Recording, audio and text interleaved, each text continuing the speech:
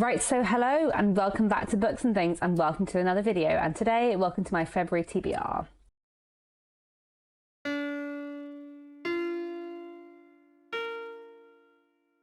So yes, I am sitting on the floor right now and the lighting is terrible. We are going to move to a better lit position in a minute, but I really enjoy doing my TBR videos and my TBR shelf, and this year I separated my TBR shelf into two different shelves. So over here on my desk, you can't even see where I'm pointing, to the side of me, on the other side of me, is my desk, and on that shelf I have my main TBR, but this year I separated out the books that have been in my TBR for the longest. So this little shelf here, which is like a table thing by the sofa in my office, I have all the books that have been in my TBR since before Christmas 2023, and then up here on the top shelf I have books I'm currently reading, like slow reads that I'm currently reading, so Varney the Vampire and the Persephone book of short stories, both of which I'm reading like a little bit at a time. I still haven't finished Varney the Vampire. Every month I'm like, maybe this will be the month I finish Varney the Vampire. It isn't, but one day. I am really enjoying it. It's just a massive beast of a book, and also it was a penny dreadful and it works quite well read slowly. And then here I have a couple of library books, or books I've borrowed, so two books out from the library, one book I borrowed from someone else. So I thought it would be good to start my TBR video at this shelf, and then when I move on to other books on my other shelf I will move over. So I have some books that I'm hoping to read in February. I do have like 12 books on this list, and February is a very short month in which I am quite busy, so I'm definitely not going to read all of these books. Is it a TBR? Is it a pile of possibilities? It's always a pile of possibilities every time I make a TBR, really. But I have started 3 of these books already, like 3 of them I'm already a fair chunk through, so I reckon I can get through quite a lot of these books in February. So as I'm starting off here by this little long-term TBR shelf, I thought I would start off with the books I'm going to be reading from my long-term TBR in February. So I have 19 books, well, there were 19 books on the shelf, there's now 17 because I've read 2 of them, and the Persephone classic short story collection that I'm partway through is actually also one of these books, as it were, but because I've started it, I'm putting it up there. You don't need to know the logistics of my shelf organisation in this video. I'm going to start off with the books I'm going to be reading from my long-term TBR. So I asked my supporters over on Patreon to like select books for me this month from this shelf, and there were 2 books that drew as top, so I thought I would read them. So here we have 2 books. So I have Conclave by Robert Harris, which I'm looking forward to. I've read 4 books by Robert Harris before. I really like his writing.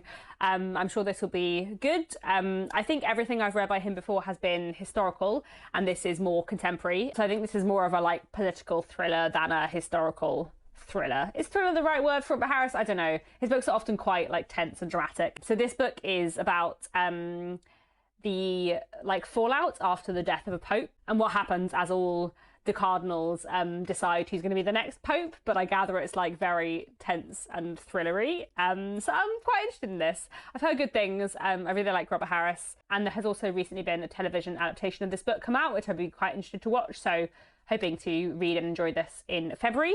And then the other book my patrons picked was Islands of Mercy by Rose Tremaine, which I think I'm excited for. If I read the blurb of this book sounds like 100% the kind of book I would read. It's set in the Victorian period in the city of Bath, and it's about a woman who is torn between the promise of a conventional, respectful marriage and an affair with another woman.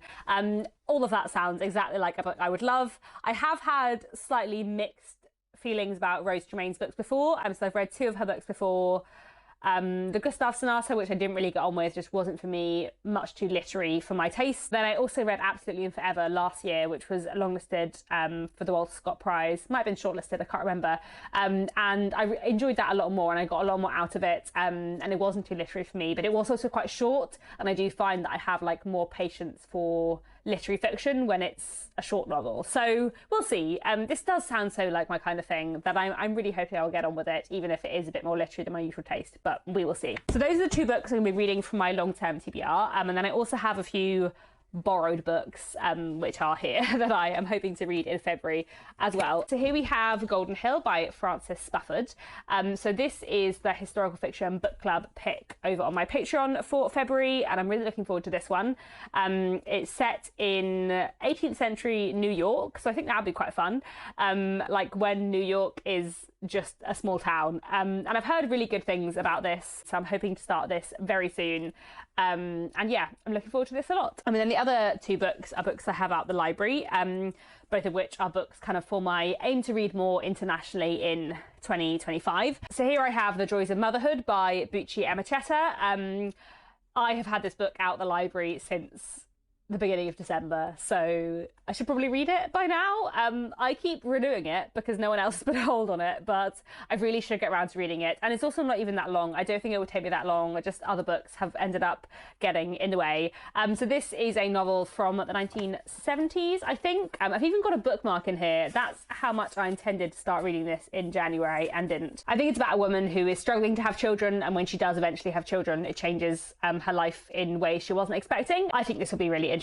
Hoping I will actually read this in February, because I should give it back to the library at some point. Then I also got out of the library Kim Ji-young, born 1982, by Cho Nam-ju, translated by Jamie Chan. This is a Korean novel that a lot of people were talking about a couple of years ago and I missed at the time, but I would really like to read. I think this book is kind of about what it means to be a woman in South Korea in the late 20th, early 20th century. It's meant to be really fantastic and quite like grim, but really good. The back of the book says Kim Ji-young is her own woman. Kim Ji-young is every woman. And yeah, I'm excited to read this. Okay, I can no longer feel my feet, so I'm gonna move to my other bookshelf and sit on a chair and continue with this TBR video. Hello again, I'm now much more physically comfortable than I was sitting on the floor. So yeah, those are 5 books I'm putting on my February TBR, which is already, to be honest, quite enough to be getting on with in February, but, you know, it's nice to have ambitions. Other things that I'm reading in February. So one thing that I've already started reading is this. Let me put the dust jacket on actually so you can see it in all its glory. Here we have The Queen of the Fires by Alex Hay, which I'm about halfway through and is so good. So I was not initially intending to read this in February, but I went along to an event about this book last week where Erin Kelly was interviewing Alex Hay, and listening to Alex talk about this book, it just sounded so entirely up my street and I just really wanted to read it immediately. So I did. It is set in the very late Victorian period, 1898, and we're following a con woman as she attempts to con a duke out of his fortune. And it is very fun, very sneaky, very clever, so many amazing characters. It's just so good. I'm really loving it. Like I said, I'm about halfway through, and you know, the story is all about a con, so I'm assuming there's going to be some pretty big twists in the second half. And yeah, it's really, really good. It's so entirely up my street. As a teenager, I used to love the TV programme Hustle. I don't know if anyone used to watch Hustle, but I used to love that, and films about cons as well, like Catch Me If You Can or Now You See Me. I just really enjoy a good twisty story about someone conning someone else. And it's in the Victorian period, so I'm so delighted. Along with The Queen of the Fives, there are 2 other books that I'm partway through, kind of carrying over from January into February, one of which is Charles Dickens, The Stories of His Life by Jesper Sorensen. So this is a non-fiction book all about Charles Dickens. It's basically like a mixture of literary criticism and a biography. It kind of goes through each of his novels and talks about what was happening in Charles Dickens' life at the time, how that influenced his writing, as well as kind of looking at the novels more critically. So far, this is a really interesting book. I always enjoy reading more about Charles Dickens because, you know, he's my favourite author. And it's quite interesting to kind of learn more about his career, and you know, which books did really well, which books didn't do very well. Some of it I kind of knew already, but some of it is quite new to me. I always find it interesting when I read like literary criticism about Charles Dickens because his books are so rich and complicated and there's so many things you could spend time on. So kind of seeing what different critics choose to focus on is really interesting. So yeah, hopefully I'll finish that by the end of February. Then another novel I've already started is one by Anthony Trollope, and that is Lavondie. I'm buddy reading this with Faith from Faith and Books. I'll leave her channel linked down below. And I'm about a third of the way through this, I guess. I love Anthony Trollope a lot. I'm trying to read my way through all his books, and Lavondie is quite a different Anthony Trollope. It's a historical novel, so it was written in 1850, one of his first books actually. I think it's his 3rd novel, but it's set in the 1790s during the counter-revolution that took place in Lavondie. So it's a kind of mix of like the usual stuff you'd expect from Anthony Trollope, some love triangles and unrequited love, and lots of like military tactics. So I'm enjoying it so far. I don't think it's going to be like an absolute favourite Anthony Trollope, but it is really good. It's Anthony Trollope. And then I'm actually going to read 2 Anthony Trollope books in February because, you know, he is my favourite. And the other book I'm going to read by him is a reread for me, and I'm going to be listening to it on audiobook. I'm doing another buddy read of this actually with Carolyn from Carolyn's Reading Ramblings.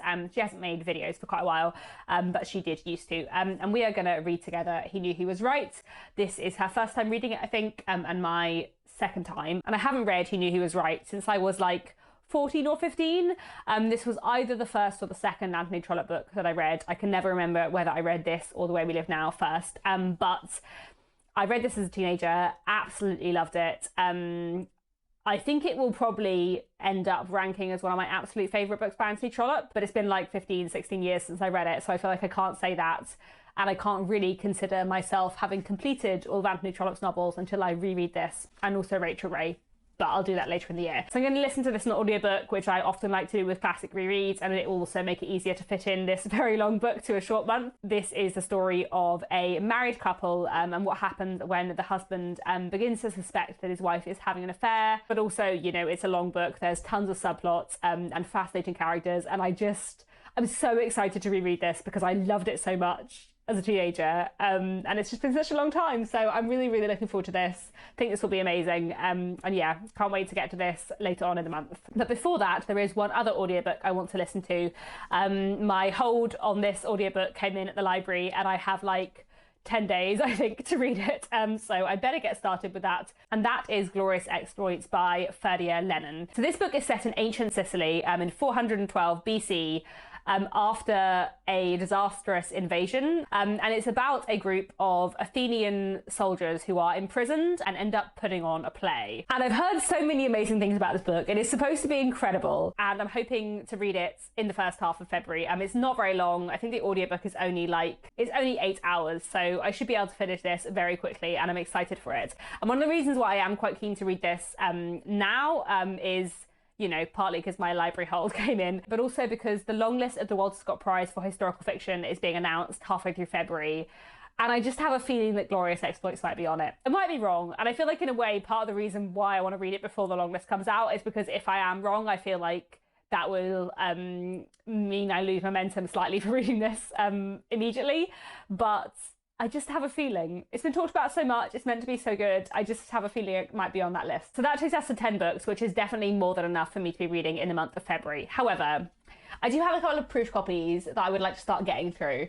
And specifically, I would like to try and read The Midnight Carousel by Faiza Syed McLynn, because this comes out in April. And I'm really excited for this one. This is a sort of historical mystery set in 1920s Chicago, I believe. And it's about a young woman who buys this sort of old rundown carousel, hoping to make her fortune off it, not realizing that it is connected with the disappearance of several people many years before. I think this is going to be a really mysterious, interesting novel, and I'm really excited to get to it, and I would like to try and read it in February. So I'll see how I go. I've got a lot of books, but I do really want to read this month. And then finally, because it wouldn't be a TBR unless I had far too many books on it, over the last few weeks, watching everyone's 2025 goals videos, many people have been talking about the Read Good Challenge. This is run by Ben Reads Good. I'll leave his channel down below.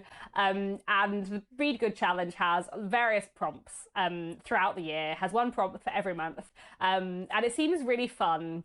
And there's a bit of me that's feeling a bit sad and a bit left out that I'm not taking part. And I was thinking to myself, it's too late for me to take part. The January challenge was January, read a book by someone called Anne, and I didn't read anything by someone called Anne in January, but then it occurred to me that I did read something by someone called Anita, which is obviously not the same name as Anne, but does begin with the sound Anne. And then I thought to myself, well, maybe I'll just cheat.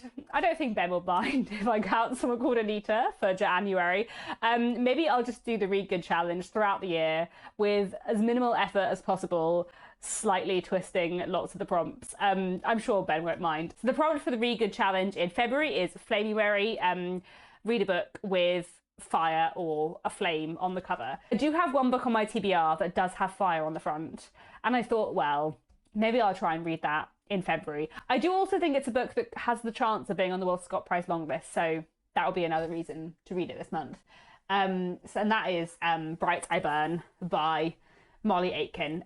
Obviously this fire is her hair, but I think we can all agree that it's also fire because the book is called Bright I Burn. So this book is set in 13th century Ireland, and I believe it is about the first woman in Ireland to have been condemned as a witch. And I've been meaning to read it for a while. I got a proof copy of this from a Canongate event, and it came out in June 2024. So maybe I will read this in February, maybe I won't. As I said, I'm only like half taking part in the Read Good Challenge. Okay, I think we can all agree that this is far too many books for me to read in 1 month, especially a very short month. I'm definitely not going to get through all of these, but I'll get through some of them, and that's fine. So that's all for now. Do let me know down in the comments what reading plans you have for February. Otherwise, thanks very much for watching, and I'll be back next week with another bookish video.